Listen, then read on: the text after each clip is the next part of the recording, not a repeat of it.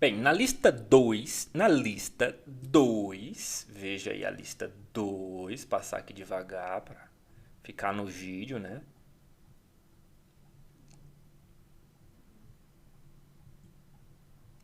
Bem ampliado, para ver o gabarito todo também, caso alguém precise.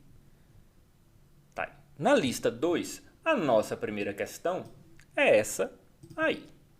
Observe o quadro de funcionários de uma microempresa e identifique as variáveis qualitativas. Ele não quer só que você diga que a variável é qualitativa, ele quer que você separe também em ordinal ou nominal, certo? Identifique as variáveis qualitativas e as variáveis quantitativas. E as quantitativas a gente divide em contínuas ou discretas. Então vamos lá. Nome é uma variável. Que tipo de variável é nome?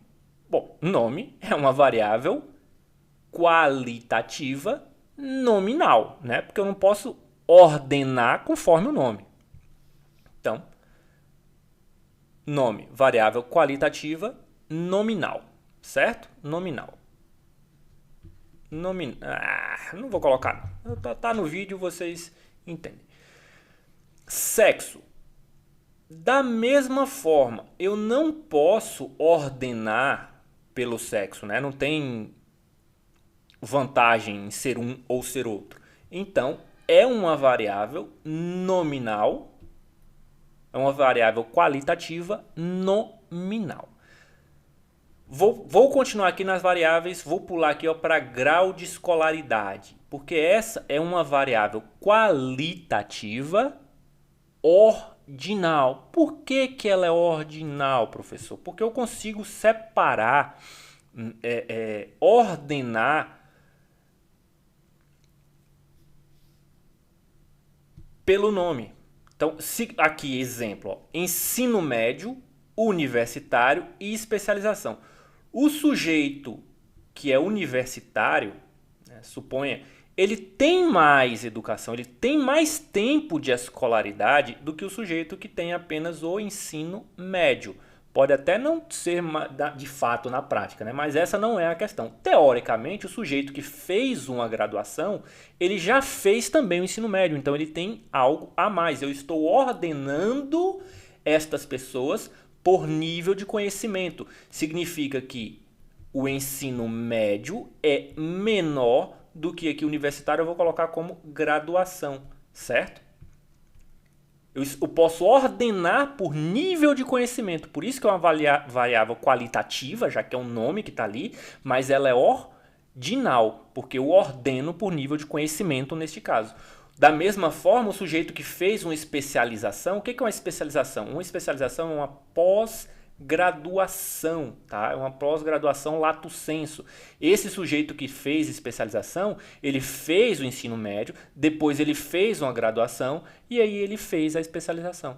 Então, do menor para o maior, eu ordenei. Por isso, essa é uma variável qualitativa ordinal. E as nossas variáveis quantitativas, quais são? São salários, né, e tempo de serviço. Um fator frequentemente característico das variáveis quantitativas é justamente a presença de um número, não é determinante. Nada impede que eu tenha uma variável qualitativa que seja representada por número, mas aquele número não tenha representatividade numérica, né? Seja um nome simplesmente. Bom, enfim. Mas é um bom critério para a gente ir atrás. Então, aqui, ó. E elas são contínuas ou discretas?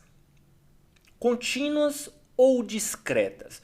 Esta aqui, ó, eu posso afirmar sem sombra de dúvida que ela está sendo apresentada como contínua. Qual a diferença, professor? Números discretos são números inteiros. Eu só vou ter, por exemplo, 3, né? Frequentemente a gente não vai trabalhar com números negativos. Frequentemente a gente não vai trabalhar com números negativos, tá? Mas de qualquer forma, seria também. Quando eu começo a colocar vírgula alguma coisa, aí eu estou trabalhando com números reais. Eu estou trabalhando no contínuo, certo? São variáveis contínuas. Se aparecerem frações também, vai ser número racional, vai ser um número contínuo. Então aqui está claro para mim que os anos aqui da forma tempo de serviço é uma variável quantitativa contínua, certo?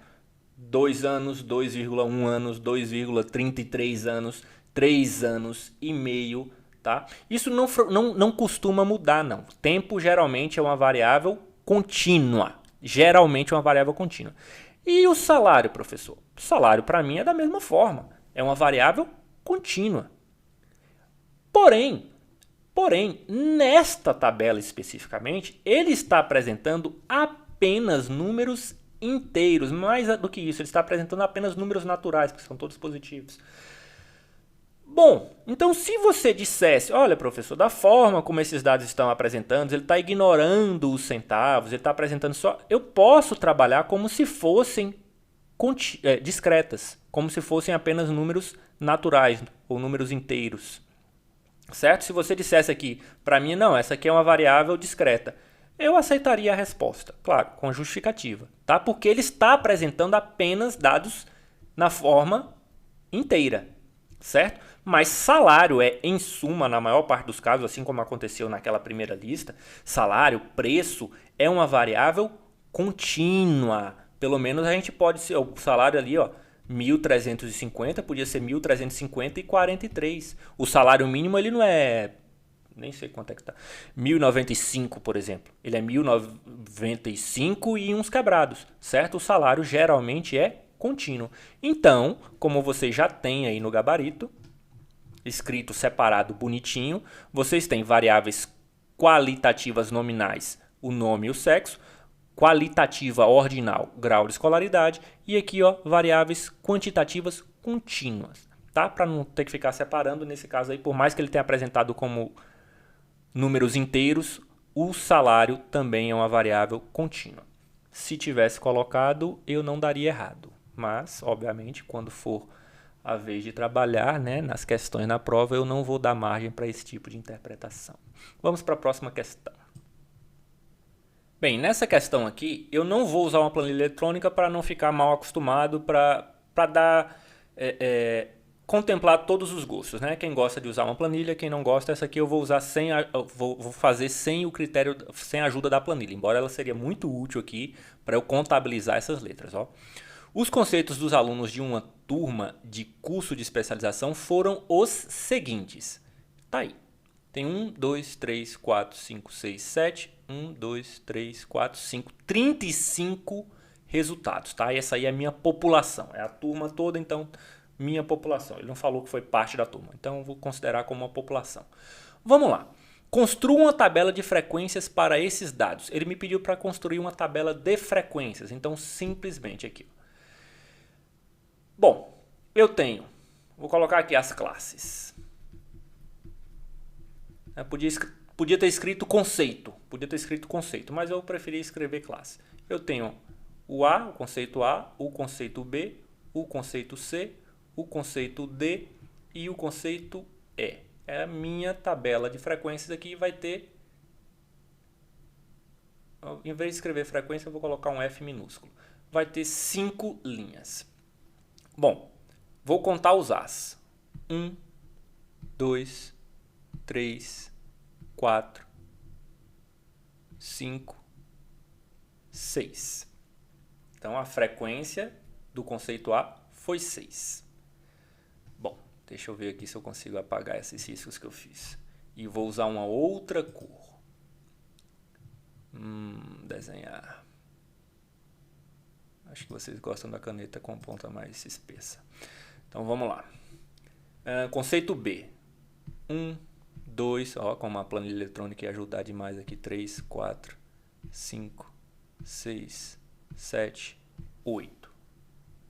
8. Conceito C. Oh, animal. 8. Conceito C. 1, 2, 3, 4, 5, 6, 7, 8, 9, 10, 11, 12.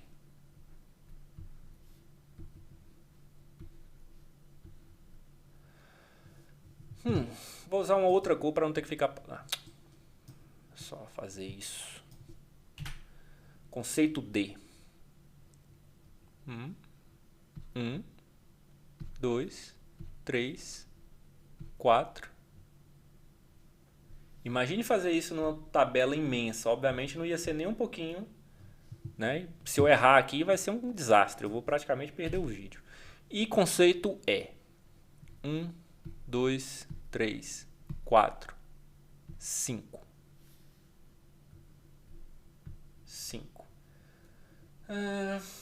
10, 15, mais 20, 35. Bom, ótimo. Minha tabela de frequência aqui, ó, se eu fizesse bonitinho. Oh, que coisa horrorosa.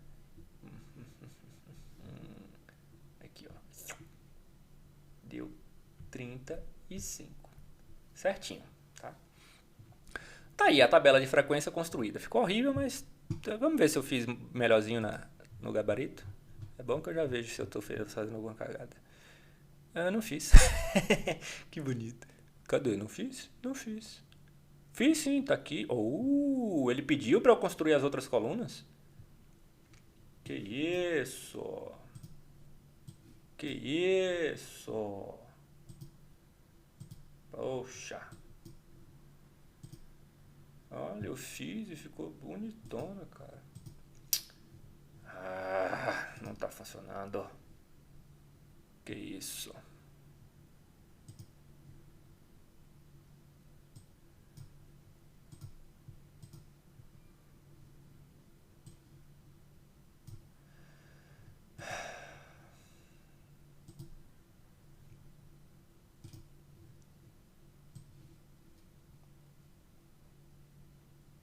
Seis, 8, 12, 4, 5. Vamos lá. Quantos alunos obtiveram o conceito A? Nossa, que difícil. Quantos alunos obtiveram o conceito A? Tá aí. 6. Sabendo que os conceitos de aprovação são A, B ou C, quantos alunos estão aprovados? Bom, isto aqui ficaria mais fácil se eu fizesse uma coluna para frequência acumulada, certo? Frequência acumulada. Como é que é a frequência acumulada? Ó, na primeira classe é só o número que está lá na frequência da primeira classe. Vou separar aqui assim. Na segunda classe é o número que está na segunda classe, é acumulado, então ele acumula. O que vem na classe anterior, 6, mais 8, 14. E na terceira classe?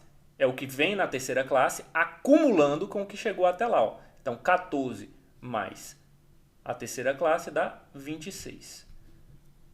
30, 26 mais 4. E aqui, ó, tem 5 na última classe. Eu tinha 30 alunos até então. Então, dá um total de 35. Pessoal, ó, como ficou fácil de responder. Ó. Sabendo que os conceitos de aprovação são A, B ou C, quantos alunos estão aprovados? O que está acumulado até a terceira classe, que é a C? Que é o que ele quer saber. São 26 alunos. Então, a gente tem 26 alunos. Ele perguntou quantos alunos estão reprovados, tá? Então, aqui, ó, 26 estão aprovados. Para 35, faltam 9. De qualquer forma, vocês viram aí que fazer a coluna da frequência acumulada ajudou. São 9 alunos reprovados. 26 são os aprovados. Para 35 faltam 9, então temos 9 alunos reprovados.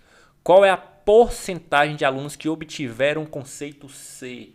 Ou seja, eu posso fazer aqui, ó, uma coluna para frequência relativa. Frequência relativa. Como é que eu calculo a frequência relativa? Eu pego a frequência e divido pelo total aqui, certo? Pelo total de amostras ou da população, que é o caso. Então, 6 dividido por 35, eu tenho aproximadamente 17,14. Vou colocar 17,14%. Para este aqui eu tenho 8 dividido por 35. 8 dividido por 35, aproximadamente 22,86. 22,86%. 12 dividido por 35, bom, 12 é o dobro de 6, né? Então eu suponho aqui que vai dar 34,28%. Faltou levar em consideração as aproximações ali que podiam não ser muito bonitinhas, né? Bom, 4 é metade de 8. Veja que eu não preciso nem fazer tudo, ó. Então vai dar 11,43%. Talvez haja uma diferença aqui na aproximação, tá, pessoal? Então, ó, 4 dividido por 35 talvez não dê certinho, mas ficou, ó, 43. 11. Aí por que dá 0, alguma coisa? Eu podia colocar em formato decimal, ou eu posso multiplicar por 100 e colocar em formato de porcentagem, como eu estou colocando ali. A aproximação aqui, ó, é 43, tá? E por fim, 5 dividido por 35 é a mesma coisa que 1 sobre 7, 14,28. 14,28%. Que lindo. Lembrando que a frequência relativa, quando eu somo tudo, salvo ali as aproximações que eu fiz, que pode ser que não bata certinho, ela vai fechar em 100%. Se eu pegar todas as aproximações corretamente, se eu pegar completo, não vou ter esse problema, tá? Qual é a porcentagem de alunos que obtiveram o conceito C? Então, o conceito C aqui que ele pediu, ó, não precisava ter feito aquilo tudo, mas foi 34,28%. Qual é a porcentagem de alunos que obtiveram conceitos D ou E? Bom, D ou E. Bom, é só somar esses dois aí. Porcentagem de alunos que tiveram conceitos D ou E. 11,43 mais 14,28. 25,71. 25,71%. Qual é a porcentagem de alunos que obtiveram conceitos A ou B? Bom, ele está fazendo toda essa presepada para ficar mais fácil. Construa uma tabela de frequências, tá? Se eu tivesse feito logo aqui a frequência relativa acumulada, ficava mais fácil também. Olha, tem duas formas de vocês calcularem a frequência relativa acumulada. Uma delas é fazendo a acumulação, ó, na primeira coluna vai ser 17,14, tá? Frequência relativa acumulada, então eu vou acumular as frequências relativas. Na segunda, eu vou somar isto aqui, que está na segunda classe, com o que vem antes dela. Né? Na terceira, a mesma coisa. Ou você pode simplesmente pegar aqui, ó, a frequência acumulada e dividir pelo total. Será que 14 dividido por 35, 14 dividido por 35, dá 40%, que é aproximadamente 17,14 mais 22,86, 40%, tá? Cuidado aqui foi só uma questão de aproximação, tá, pessoal? Então não se... Eu acho mais fácil pegar isto aqui e dividir pelo total. Ó, 26 dividido por 35. Se eu tivesse numa planilha eletrônica, ficaria, para mim, seria mais... Na planilha eletrônica fica fácil de qualquer jeito, né? 74,29. 74,29. E assim por diante. 30 dividido por 35. 30 dividido por 35. Você vai fazer 85,71.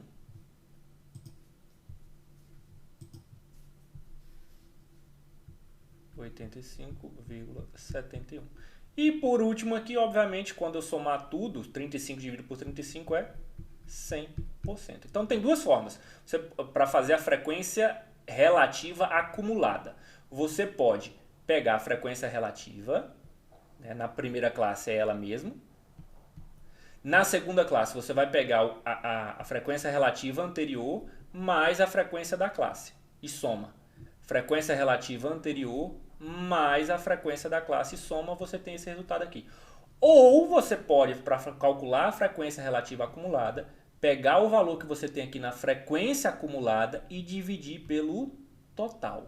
E aí você também encontra o valor da frequência relativa acumulada para aquela classe. Eu acho mais fácil fazer assim se eu não estiver trabalhando numa planilha eletrônica.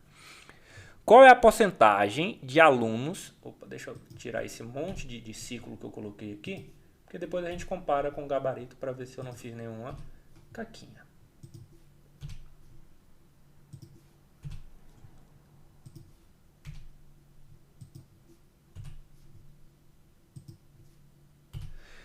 Qual é a porcentagem de alunos que obtiveram conceitos A ou B? A ou B. Então, frequência acumulada aqui, ó, aproximadamente 40%.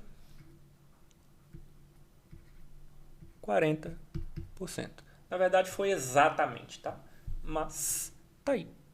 Então, creio que por essa aqui, tá? 45, deixa eu ver se eu não errei da última vez que eu tentei, ó. Muito bem, aqui eu coloquei aproximadamente 34,3, que é bem próximo, e o resto tá certinho também. Às vezes o gabarito tá errado, às vezes eu faço bobagem aqui, então até a próxima.